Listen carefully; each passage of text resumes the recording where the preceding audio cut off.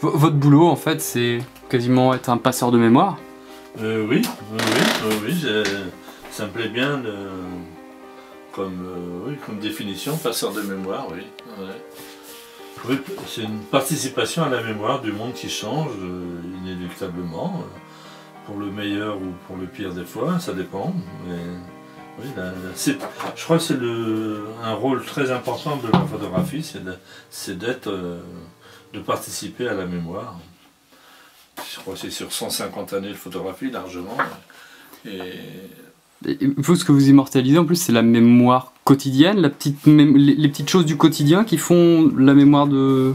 oui, qui sont des instants de vie captés et puis qui sont là, puis 20 ans, 30 ans après, on se rend compte que c'était... on peut dire déjà souvent, il y a des gens que j'ai photographiés puis qui ont disparu de ce monde maintenant, mais heureusement, grâce à la photo, on a encore la mémoire de ces personnes qui ont fait leur temps sur Terre. De ce qu'ils faisaient aussi. Oui, de leur métier, de leur vie, oui, bien sûr. Vous deviez présenter l'Ille-et-Vilaine en quelques photos, vous auriez ressorti en 3 photos, vous auriez ressorti quoi comme photo? Ah, mais je vais aller chercher de l'autre côté, là, à ce moment-là. Il faut que je les trouve. Hein. Ça, je crois que c'est ça.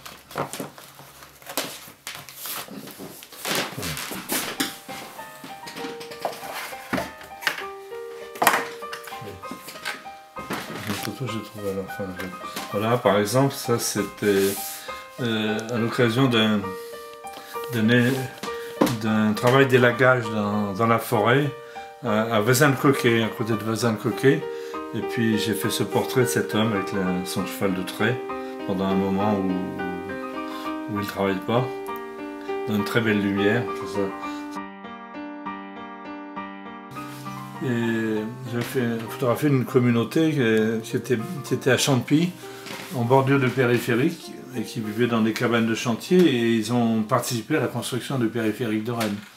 Maintenant, ils ont disparu, ils ont dû retourner dans leur village, mais ils étaient une douzaine d'Algériens, et ils vivaient de manière tellement dépouillée. Je retrouve les photos, elles sont là-dedans. Ils envoyaient pratiquement tout l'argent qu'ils gagnaient à leurs femmes pour élever leurs enfants. C'était une vie de sacrifice qui était un peu impressionnante. Ce couple de paysans rencontrés en 81, tout près de Rennes avec leur cheval. C'est incroyable quand même qu'en 1980, oui.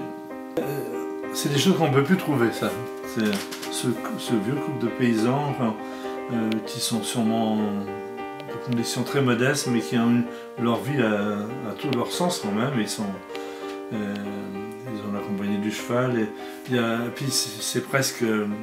Là, il y a vachement de la mémoire, comme par exemple ce panier, on n'a fait plus des paniers comme ça en grillage, avec le couteau.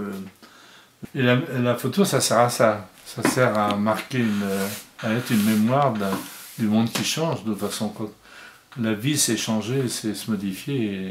Enfin, c'est normal, quoi. Il y a des excès dans la standardisation, un peu, malheureusement. Mais en même temps, peut-être que les gens vivent mieux quand même. Mais ça a perdu un peu de... Je sais pas si c'est du charme, parce qu'il faut se méfier de la nostalgie et des mondes passés, mais on est devenu plus standard. On a un McDo tous les 10 km, on a des choses comme ça qui ne sont pas spécialement excitants pour moi, mais qui vont vers une transformation progressive vers une espèce de standard monotone et qui enlève un peu d'âme aux choses. Hein.